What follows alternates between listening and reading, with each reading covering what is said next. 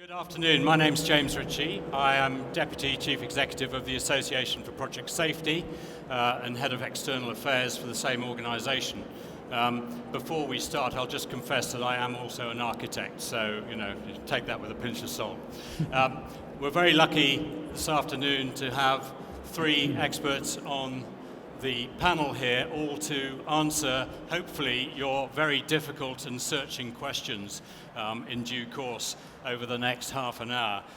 From the far side, we have Simon Toseland, who works for Salisbury Compliance as their Services Director. Then in the middle, we have David Lambert from Kier, who is their Senior Safety, Health and Environment Manager. He is the immediate past chair of the ICE Health and Safety Experts panel as well, so extremely knowledgeable, and also the head of SHE for the UK Contractors Group. So that is pretty impressive stuff, David. And then on this side here, we have Paul Bussey, who is an architect with Scott Brownrigg. He's their technical associate, and he also sits on the RIBA Regulations and Standards Committee. So hopefully amongst the four of us we have enough knowledge, or perhaps I should say skills, knowledge and experience to handle the questions that you might pose.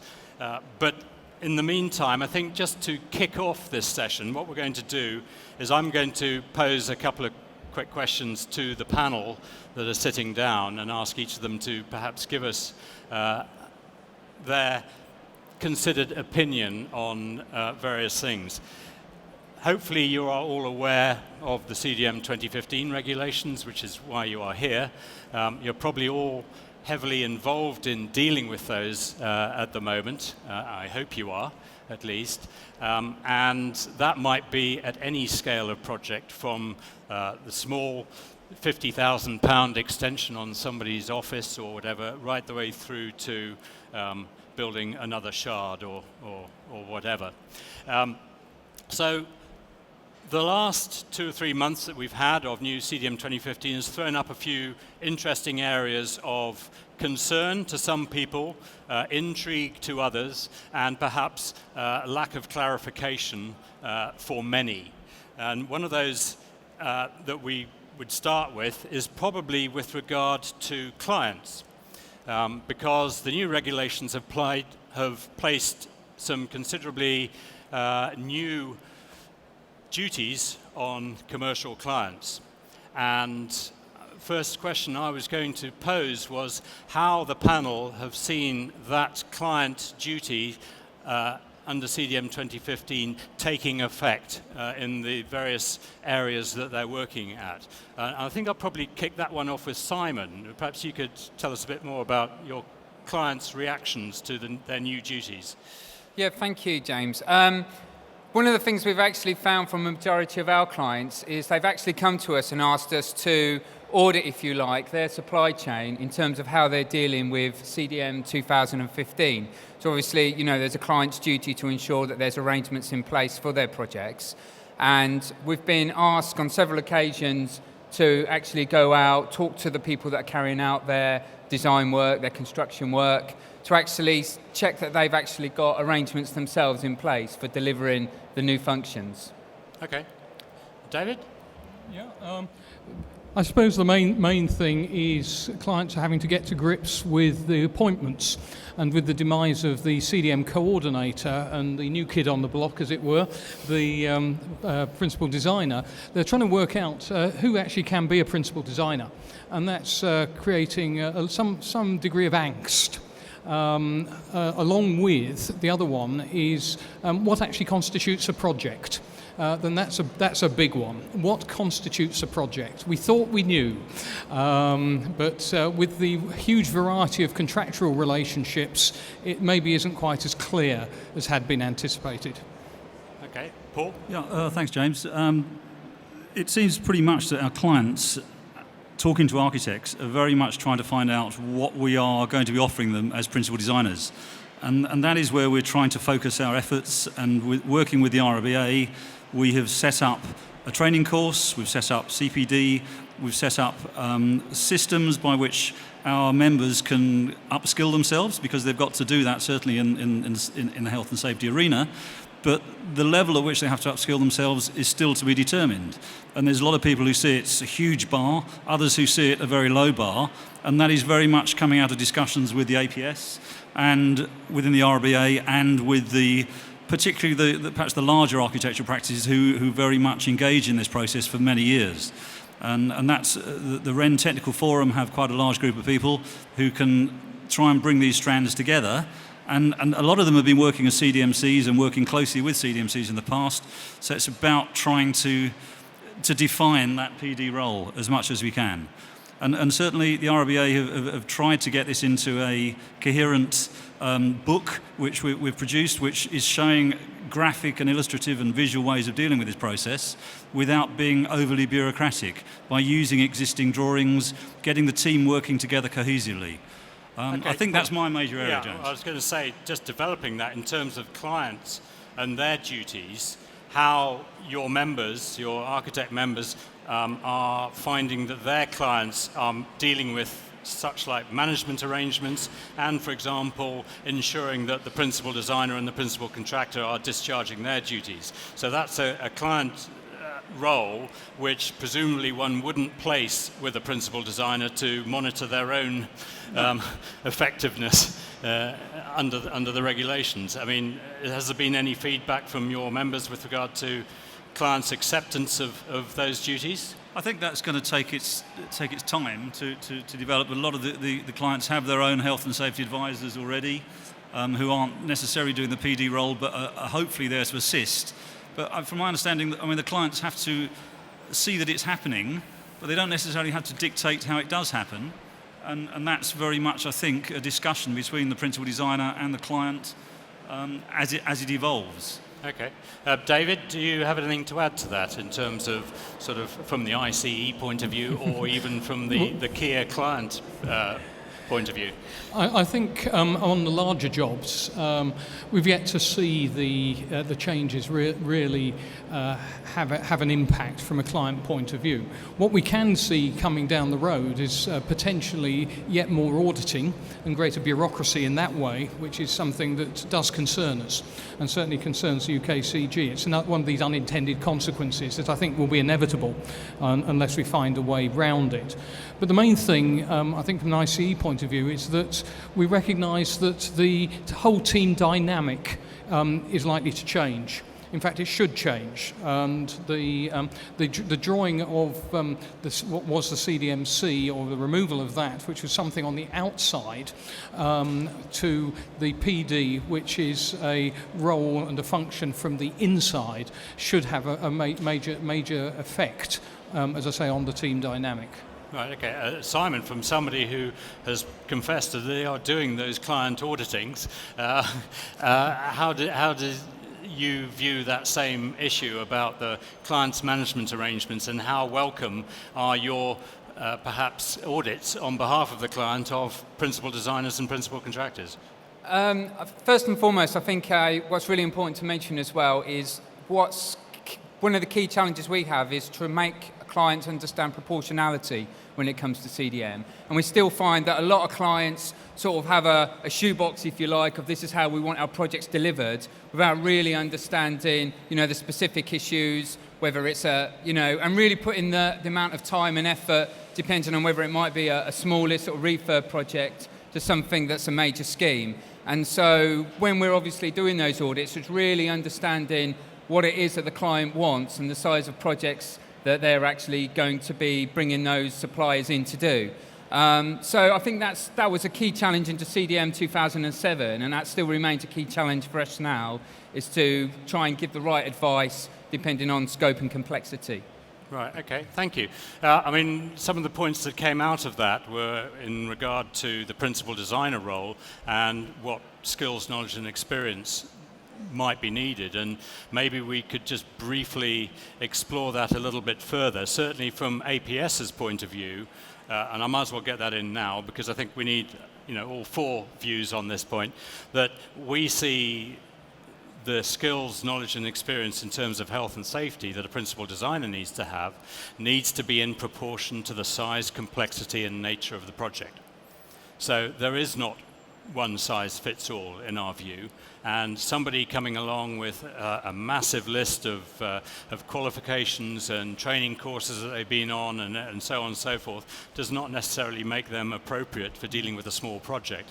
And equally, somebody who has been a qualified designer but has had a couple of CPD sessions on the CDM regulations would not necessarily make them capable to deal with a large project.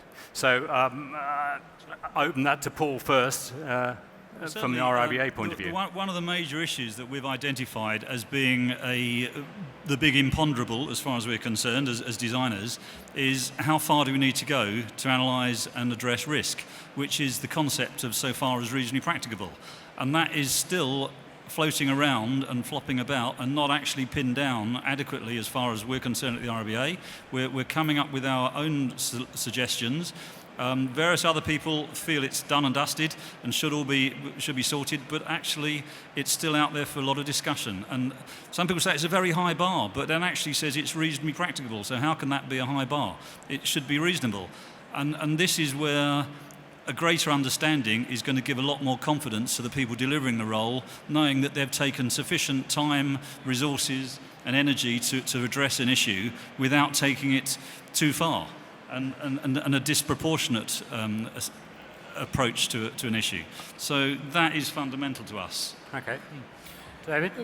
As far as contractors are concerned, I think one of the things we have seen over the past 10 years is the huge growth of emphasis and resource on pre-qualification and a neglect of looking at what individual projects actually require. And with the removal of the ACOP and that huge section in there as to what to look for, we're hoping that this will maybe drive people to look in a more proportionate way in terms of what is actually required in terms of skills, knowledge and experience, and I'll still call it competence if you don't mind, as far as project-specific stuff is required, and it's where that experience and so on comes in. So that's that old stage 2 the old assessment, stage if you like, 2, yes. which was I'm sorry to say was it was often far too late on before people got round to it. And has always been the absolute key part of assessing somebody's ability to do a particular project. So that's a bit of a positive, actually. Yeah, well, yeah, maybe, yeah. Simon? I think one thing actually that's vastly underlooked is that of soft skills. Acting as a CDM coordinator, obviously prior to the role changing, it was basically trying to put an argument across as to why perhaps a design change needed to be made, but also when you're communicating that pre-construction information to the project team, it's actually sitting down, putting it across in the right way. And that does take time, and I think that does take a little bit of facilitation and being able to engage and communicate to different people in the project at different stages. And so it's not obviously technical knowledge and experience, but also those soft skills of being able to communicate within a project team, I think, is absolutely critical. Thank you, Simon. That's great. Right, so that's kind of get the process warmed up. There's an awful lot of you out there, which is wonderful. We have 2 roving microphones, one on each side, and we would really like to hear some of your problems. It's not an agony aunt corner, but certainly look at your problems and talk. So if we could start with this gentleman in the front row first, that would be great. Thank you. If you just give us your name, maybe where you're from, and your question, that would be wonderful. Thank you.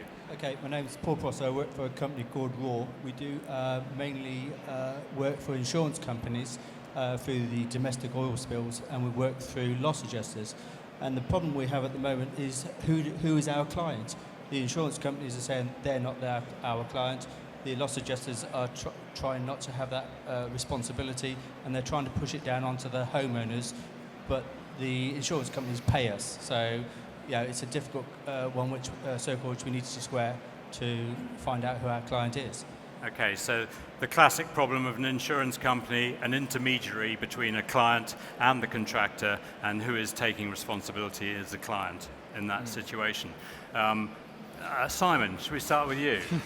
'Cause this is Interestingly, very I'm much your currently area. working with an insurance company right now, and the view has been taken, for example, where a repair is required to a home, the customer basically has one or two choices. They can either give the customer the money, if you like, equivalent to get that job done, or the customer says to the insurer, well, actually, no, I want you to go and do it, and I want you to source the contractor to go and do the works.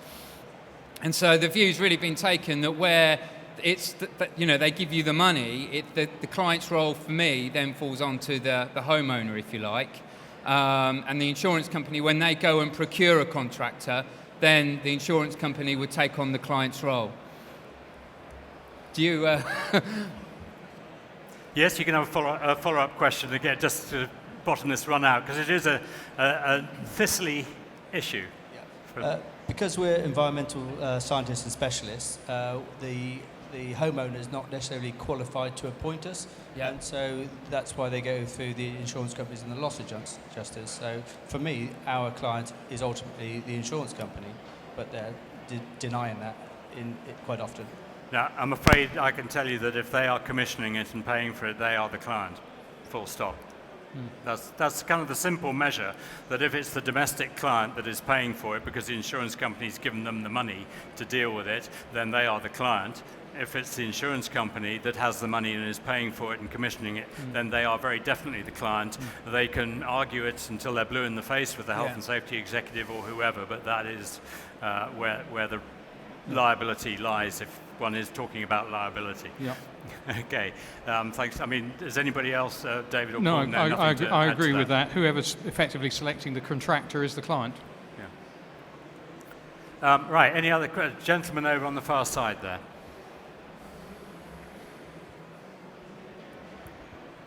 Hi, thank you very much. I'm James. I work for a company called Exterior Media. I'm a HSE manager. Do lots of work on the railways. I've got a scenario here. I probably would like the guidance of the higher panel there. First, when the CDM, the new regs, was introduced in April, just prior to that, a project manager where I work appointed a CDM coordinator. And therefore, I understand there's a 6 months cooling period. So, A question is that acceptable? Then the B part also is they needed to put in an F10 notification to the HSE in the old dispensation, and therefore, when they tried to do this, the online system had crashed. They did a manual application, F10. Now, I've asked some questions and nobody has come back to me with, have you heard back from the HSE? Oh, James, we've not heard back yet, but we understand that haven't done that. A myriad of people will have done the same thing, and therefore you may not quite have a response. I would like to get comments from the panel. Thank you. Right, okay, so the first part of that question was somebody was appointed as CDM coordinator prior to the 6th of April, and is that okay, and presumably how long does that run for, and when does that expire? David, do you want to answer that? I think we can all answer that one pretty quickly. Straightforward, yes. I mean, if a CDMC has been appointed before the 6th of April, they can continue to run until the 5th of October. The requirements on them are very slightly different, but clearly spelt out in the regulations. The only thing I would say is there may be an appropriate break point to transition, because if the job is going to go on after the 5th of October, the client will have to appoint a principal designer, unless, of course, they're competent to do it themselves, when they can allow it to revert to themselves. Yeah. And it does, I mean, the regulations do say, that the principal designer should be appointed as soon as practicable, and the transition should bear that in mind as well, in that, there needs to be a logical point. With regard to your second point about notification and having problems with the HSE and their electronic notification system and so on and so forth, that is not one that I feel I'm qualified to make a comment about, or probably any of us are able, because it's the HSE run that. And it's a shame we don't have somebody from the Health and Safety Executive here perhaps to answer that. But if I could just say that yes, there are problems, and I know that They have made some changes in the last 3 weeks to the online notification form in the way that it works, and certainly with regard to the client signing it off at the bottom has changed slightly. People have been getting a bit concerned, CDM coordinators who were appointed prior to the 6th of April, when they come to submit a second notification to the Health and Safety Executive, are finding that it's automatically slotting them in as the principal designer. But our approach at APS certainly is that you shouldn't worry about that. You've already put in an initial notification, presumably when you were appointed as CDM coordinator. They know that it is a follow-up to that, and we hope common sense prevails in that they will see that it's just a continuation of the same thing. So, and between you and me, I don't think they follow up the F10s a great deal anyway. So I hope that satisfies you. Do we have any other questions? Yes, sir. We'll take you in the front row. If you could just wait for a microphone. Have we got a microphone on the far side, please? I'm Chris Chambers from Gerald Honey Partnership, Lift Consultants. Sorry, could you just speak up a little bit? So, yeah. Sorry, it's Chris That's Chambers from Gerald Honey, the Lift Consultants. We manage a number of lift portfolios for our clients who, on occasion, the incumbent service provider would need to bring in a specialist contractor to undertake some repairs. Would that constitute 2 contractors and therefore the appointment of a principal designer, even if the works are only going to be for a day, maybe 2 days? David, contracting. Yeah. Simple answer, yes. Yeah. Okay. There was a gentleman just behind, I think, put his hand up just there, the second row. Thank you. Yeah, hi. Martin of Mott MacDonald. I think it was David mentioned a comment there about who can be a principal designer. I think another question might be who wants to be a principal designer. We've got lots of projects where we've been asked to be the principal designer, where actually we're not in a good position to be that and accept that role. And it would be far more appropriate for the architects or maybe the design and build contractor to take on the role. But because of insurance issues or just organisations running scared, they're just not willing to take on that role. Okay. Any comment? Paul, would you like to address that one first? Are you okay with that? Yeah, certainly. Yeah. Presumably, as Mott MacDonald, you're the engineers, structural or services or whatever, and that it might be a more architecturally led project that you're assisting with. And they think, well, you've got a lot of expertise as an organisation, so they're trying to push it in your direction. But I think there is a reticence in certain architects who haven't taken on much of a designer CDM role in the past, and certainly not a CDMC role.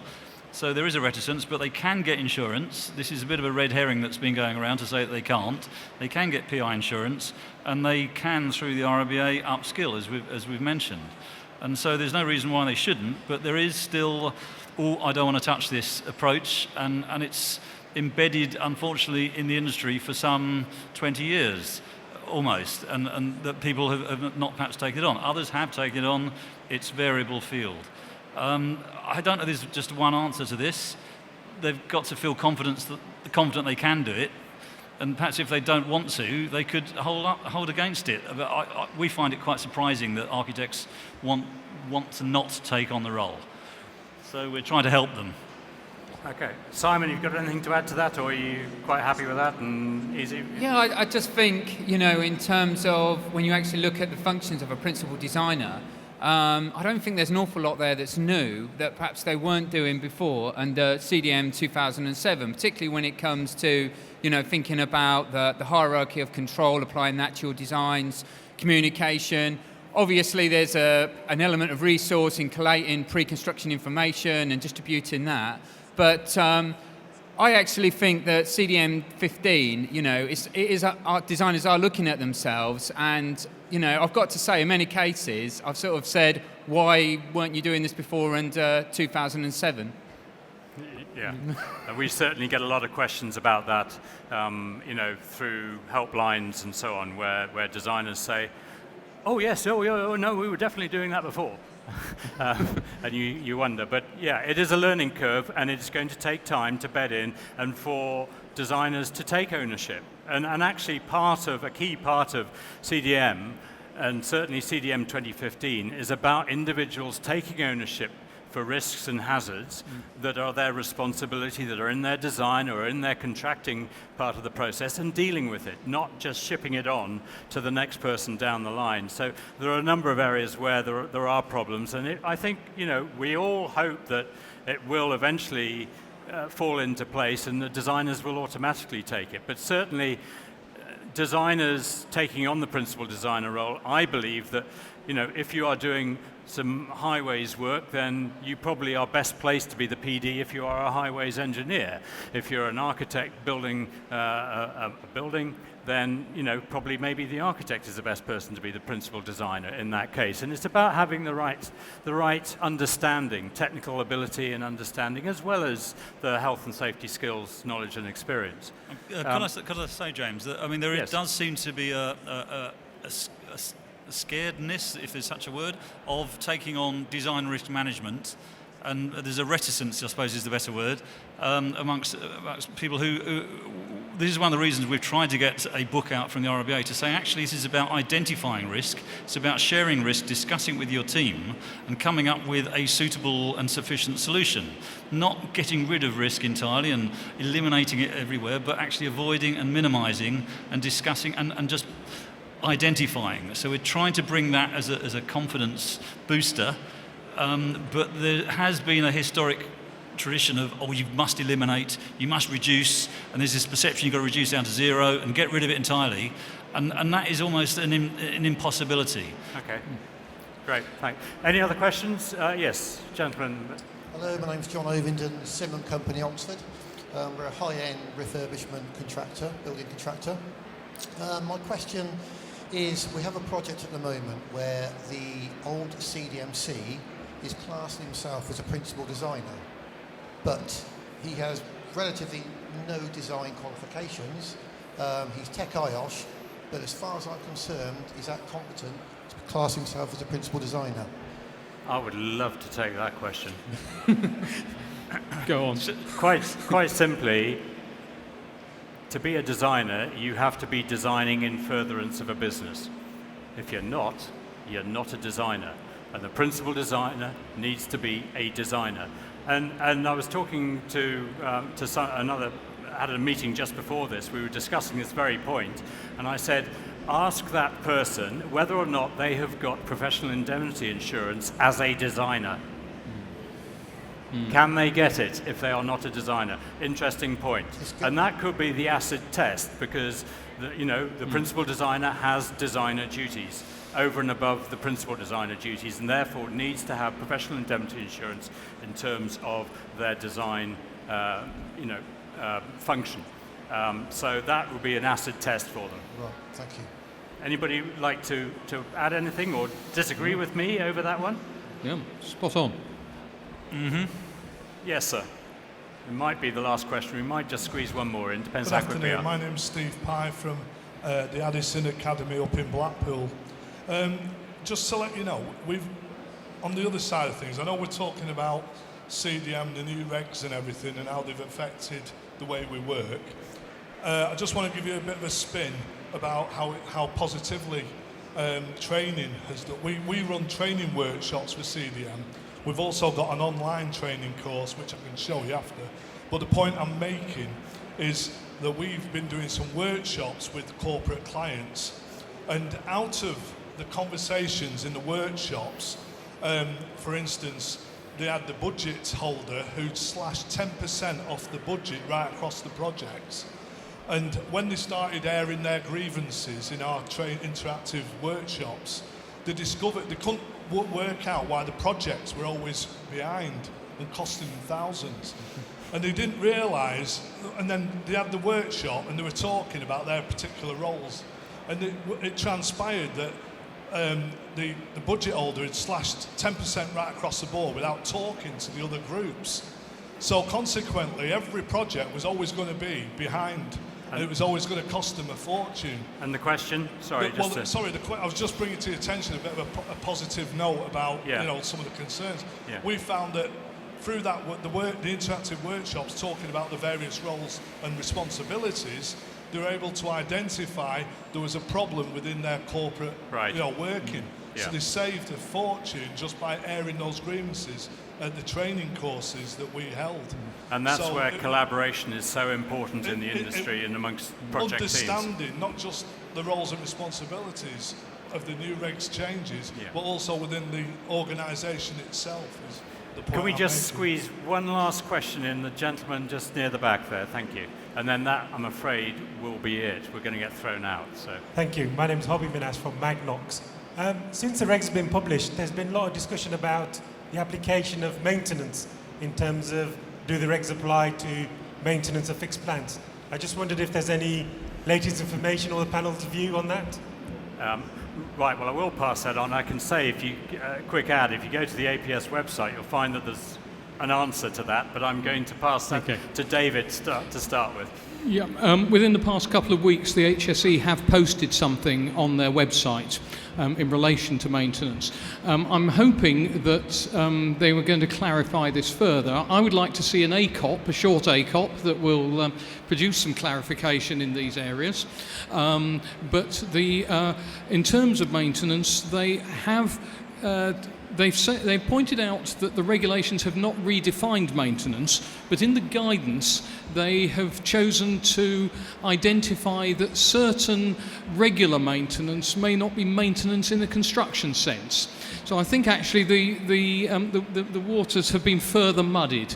Having said that, maintenance is construction.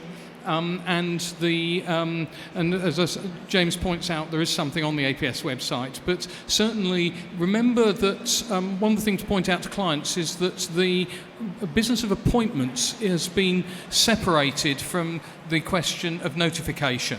So the two shouldn't be mixed up. And whilst you may be able to have an overarching construction health and safety plan, for example, and overarching appointments, that isn't the same thing as having a single project which has to be notified. That's a bit of a non-answer. Okay. Well, no, it's well, like the HSEs, which is that the definition of maintenance has not changed since the definition under CDM 2007.